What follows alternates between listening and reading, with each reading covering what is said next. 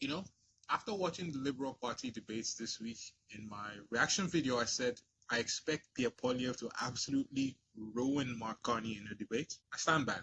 Prove me wrong, Mark Carney. Prove me wrong. Until then, all signs suggest Pierre Poilievre will do despicable things to Mark Carney in a debate. Look, Mark Carney just wasn't there in those leadership debates this week. He just didn't look the part. Maybe that was because of the competition. Maybe that was because of the format. Maybe he's on a victory lap. Who knows? That's something for the Liberals to figure out. Obviously, one of the things I complained about in that debate was just the general lack of a debate, right? So I actually went back and watched one of the Conservative Party of Canada leadership debates last night. So the run that brought in Pierre Poilievre in 2022. If you haven't watched those debates, you should. You should. It really puts things in perspective. There was more than one debate, but the one I'll show you today was organized by the Canada Strong and Free Network. The two official debates were equally riveting. Pick any one of them. I mean, literally anyone. And watch. Every single one of those debates was better than what the Liberals put on this week. Overall, I thought the Conservative Party debate was a lot more robust. None of this, I agree with you on everything nonsense that the Liberals were doing. There was an actual debate. Pierre Poilievre ended up winning the leadership with 70% of the votes. His closest contender was Jean Charest, the former premier of Quebec, right? Jean Charest, for his part, only got about 12% of the votes. But that's not why I bring up the debate. I want you to get some perspective on how Pierre Poilievre debates and why I think a debate with Mark Carney could end up being a very long night for Mark. Listen to these snippets. This is how Pierre Poilievre handled his closest contender in the leadership debate. On our hardworking truckers, Mr. Charest misrepresents his track record on taxes. He raised the sales tax twice. I voted to cut them twice, Mr. Charest. He voted to raise the fuel tax, and that was on top of the consumer carbon tax he brought in. He brought in a health tax. He increased spending so much in Quebec that the government, as a share of the economy, grew by 25%, and he left a $1 billion deficit and the biggest debt of any provincial government in Canada. That is not the record of a fiscal conservative. I fought for lower taxes and balanced budgets and making life more affordable, and that is how we're going to win the election in the suburbs, by giving people their purchasing power back, something that I can do because I have a strong track record of fighting for it my entire life. Thank you, Mr. Poilievre. Can I take a moment to lay to rest this accusation of being a liberal? No, but please, bear with me. Bear with me. I fought the 95 referendum, and I'm in this race because I believe in the unity of the country. I think Western alienation has lasted long enough. And what I see there, I've seen in Quebec. And I ran in 95. I fought in the referendum. And I went to lead a coalition in Quebec of Federalists when there was no Conservative Party of Quebec, ladies and gentlemen, as is the case in British Columbia. And you know what? I was successful. We pushed back on that referendum, and Canada stayed united. And believe me, if I was able to fight back the separatists, it's not this guy here on the stage tonight that's going to intimidate me and stop me from defending Canada. That's for sure. That will never happen. Count on it. And yes, and during the period of the Great Recession, we did reduce income taxes, and Quebec's economy did better than the rest of the country and better than much of the world. Why? Because that was the conservative thing to do, and we were successful in doing it. So, Pierre, please stop lying. I'd like to respond to. So we'll now do 3 minutes of open debate, and I'm going to start with Mr. Poilievre to respond to what was just said, and then we'll do 3 minutes of open debate. I do want to respond to him. I do want to respond. Look, it's your record that was liberal, Jean. You governed like a liberal. When you raised the sales tax, not once, but twice. Then you bring in a fuel tax. And then you decide that gas prices are still not high enough, and you pile on a carbon tax.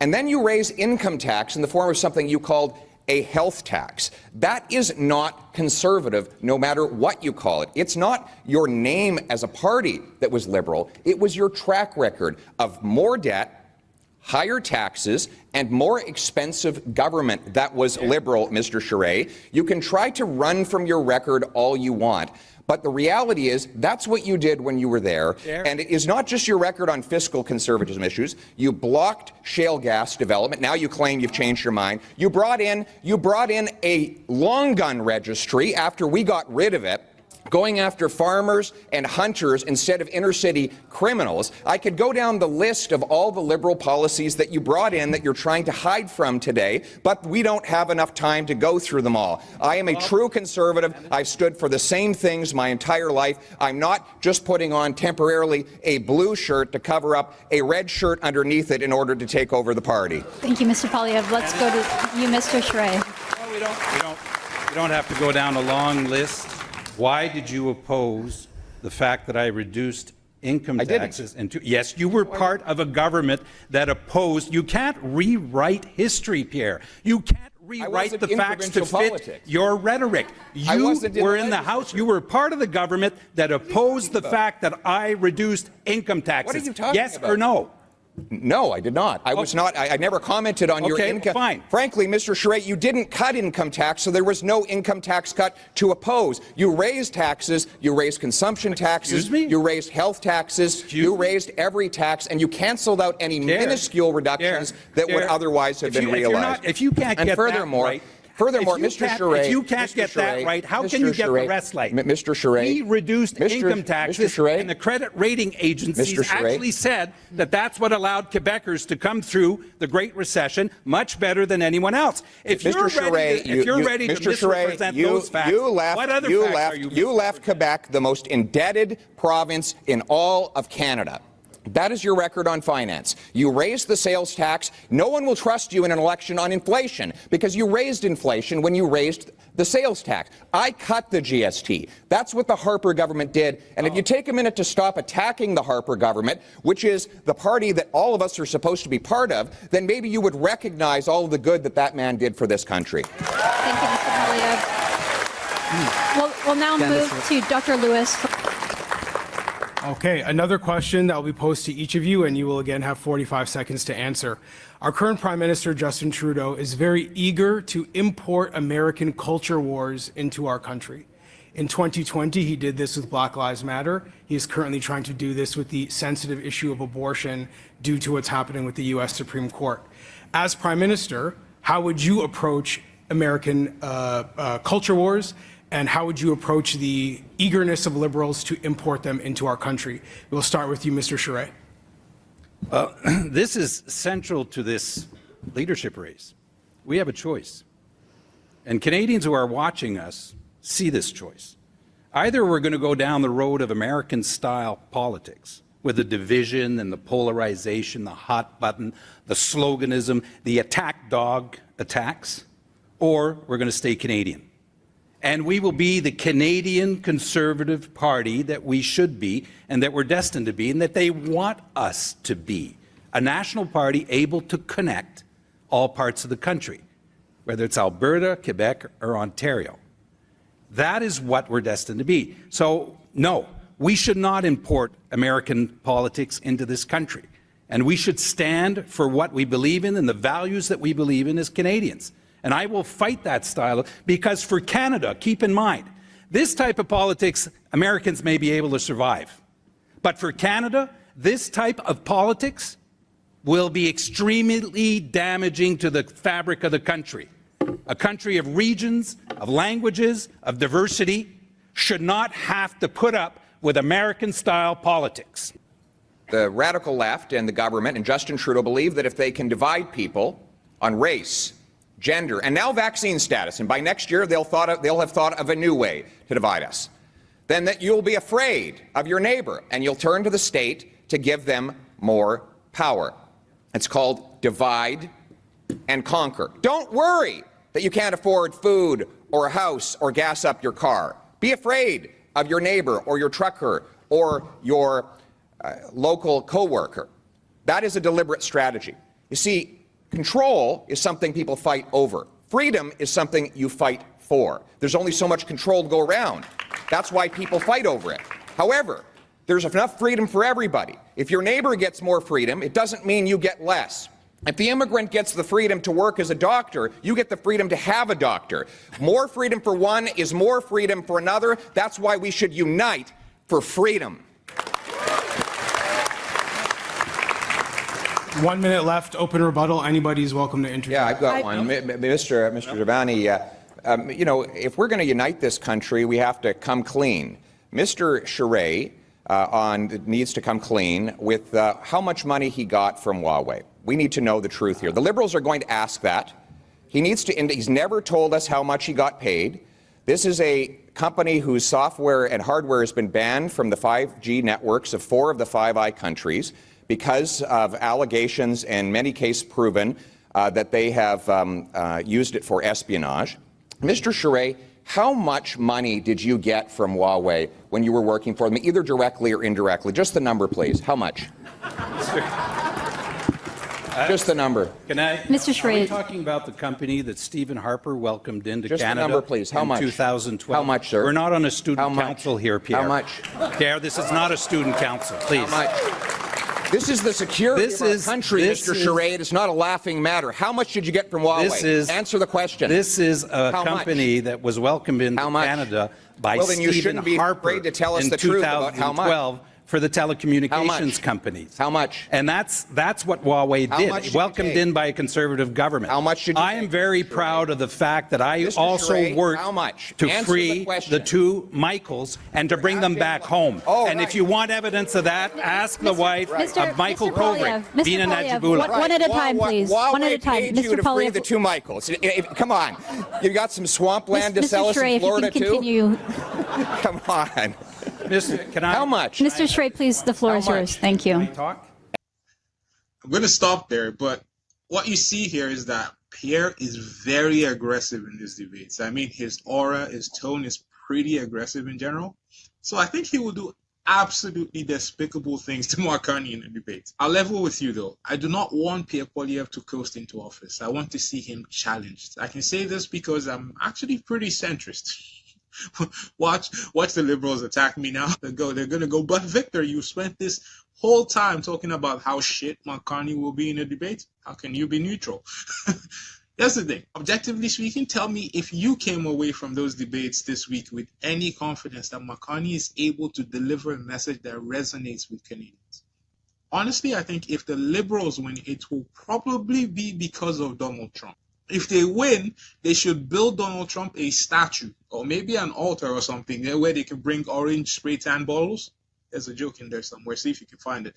Anyways, I've made a video about how the Trump effect is probably making more swing voters reconsider voting a Trump-style politician like Pierre Poilievre. You can go watch it after this. The Liberals have used that message very well. Trump has been a blessing to the Liberals in the polls, as you know. The latest Ipsos poll is actually showing the Liberals leading for the first time in a long time, something like 2 years or something. Look, the polls are getting closer because the Liberals are rising. So I wouldn't be too quick to say they don't mean anything. You know, the Liberals are rising. This much is true. But here's where you need to be careful with polls. Take this Ipsos poll, for example. What was the sample size? Do you know how many people actually responded to this poll? It's an online poll, right? 1,000 people. Do you know how many people voted in the 2021 federal election? 17 million, according to Elections Canada. So my question for you here is, what combination of 1,000 people could you pick that would accurately represent the opinions of 17 million people? Hard to do, eh? Also, you've got to take into consideration the demographic that would fill out an online poll. You could argue these people would probably be of a liberal persuasion. So I'd be careful about what value you place on polls. However, what you cannot discount is that the Liberals have momentum right now. There's an excitement that somebody other than Justin Trudeau is running for Prime Minister. Also, Mark Carney comes with a lot of clout because of his role during the 2008 global economic crisis. Here's the thing, though. I think even if the Liberals don't win, even a minority conservative government would represent success for the Liberals, considering where they were even 2 months ago, right? If we end up with a Liberal minority, that would be on par with some of the greatest comebacks in sporting history. That said, I think these polls are tripping. I think these polls are tripping. I'm not going to lie. I still think Pierre Poilievre wins. But stranger things have happened, eh? I call it as I see it. It's the brilliant thing about being a centrist and staying objective. Obviously, come election day, I will have to pick a side to vote for. But all I care about is that whoever gets in that office is going to make my life better. Ideally, it would be nice if the Liberals can bring the real Mark Carney to the debate with Pierre Poilievre, because the person I saw on Monday and Tuesday, that guy was a dud. Prove me wrong. Prove me wrong. And they debate, I want to see Mark Carney test Pierre Poilievre's positions. There are good questions that I still need answers to. Is Pierre able to deliver what he says? At what cost is he going to be able to deliver those things? Here's another question. At this time when we need to invest in infrastructure, we've been talking about the Energy East pipeline, we've been talking about a new Arctic military base. How will Pierre Poilievre fix the budget? That's another question, right? Here's another one. In a time when we need to divest from our over-dependence on U.S. trade, because Trump keeps threatening us because he knows we rely on them so much, why is Pierre talking about trading more with the U.S.? Like, these are very important questions. You know, Mark Carney actually said something during the Liberal English debate that actually piqued my interest, right? He said he had filled out the paperwork to get his security clearance so he can receive information on foreign interference. He asked why Pierre Poilievre still hasn't received his own clearance. You know what? I want to see more of that from Mark Carney. Like, knuckle up a little bit. I want to see more of that. Although that particular line of attack is going to be easy for Pierre Poilievre to counter it, right? Think about it. You'll recall that Mark Carney hasn't disclosed his conflicts of interest prior to this leadership run. It's been the subject of many of his recent interviews.